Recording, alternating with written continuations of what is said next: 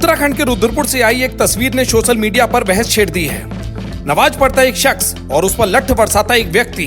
पहली नजर में यह हिंसा है, लेकिन इसके पीछे की परतें बहुत गहरी हैं। सवाल सिर्फ मारपीट का नहीं है, सवाल है नियमों की सरेआम धज्जियां उड़ाने का। जब उत्तराखंड शासन और प्रशासन ने पहले ही साफ कर दिया है कि सड़कों और सार्वजनिक स्थानों पर नमाज नहीं पढ़ी जाएगी, तो फिर बार बार ये दुस्साहस क्यों होता है? इबादत के लिए मस्जिदें बनी हैं, घर है, निजी स्थान है, तो फिर खुले मैदान और सार्वजनिक जमीन ही क्यों चुनी जाती है? डर सिर्फ एक दिन की नमाज का नहीं है, डर है उस पैटर्न का जो उत्तराखंड ने पिछले सालों में झेला है। आज जहां एक शख्स नमाज पढ़ रहा है, परसों चादर चढ़ती है, देखते ही देखते वो जगह अवैध मजार में तब्दील होकर सरकारी जमीन पर अतिक्रमण बन जाती है। देवभूमि में ऐसी सैकड़ों मजारों को धामी सरकार ने जमीन दोच किया है, लेकिन ये लैंड जिहाद के नए नए तरीके थमने का नाम नहीं ले रहे। नमाज पढ़ने के लिए मस्जिद है, तो वो आदमी 3 दिन हो गए उसको नमाज पढ़ते हुए। एक दिन उसको मना किया गया, नहीं माना। दूसरे दिन मना किया गया, मेरे कर्मचारी से उसने गाली गलौज की।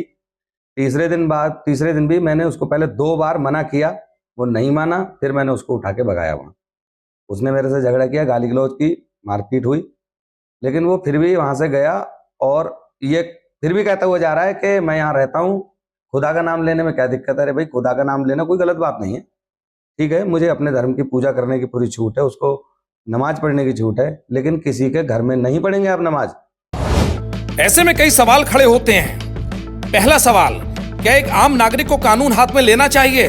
कतई नहीं, हिंसा का समर्थन कोई नहीं करता।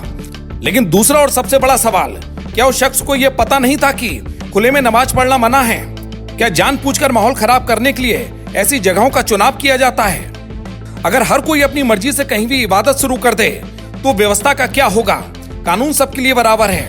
अगर कानून हाथ में लेना अपराध है तो कानून की सरेआम अनदेखी करना भी एक उकसावा है। आखिर क्यों मस्जिद छोड़कर मैदानों और सड़कों की तरफ बढ़ा जाता है? क्या ये किसी सोची समझी रणनीति का हिस्सा है? उत्तराखंड की शांति और भाईचारा तभी सुरक्षित रहेगा जब हर धर्म के लोग नियमों का सम्मान करेंगे। नमाज मस्जिद में हो और कानून का पालन सड़क पर। किसी को भी यह हक नहीं मिलना चाहिए कि वो अपनी आस्था के बहाने भविष्य के अतिक्रमण की नींव रखे। रुद्रपुर की इस घटना ने प्रशासन को चेतावनी दी है। नियमों को कागजों से निकालकर धरातल पर इतना सख्त कीजिए कि ना कोई कानून को हाथ में ले और ना ही कोई कानून तोड़ने की जरूरत करे। दिल्ली से कुमार विकास की एक खास रिपोर्ट।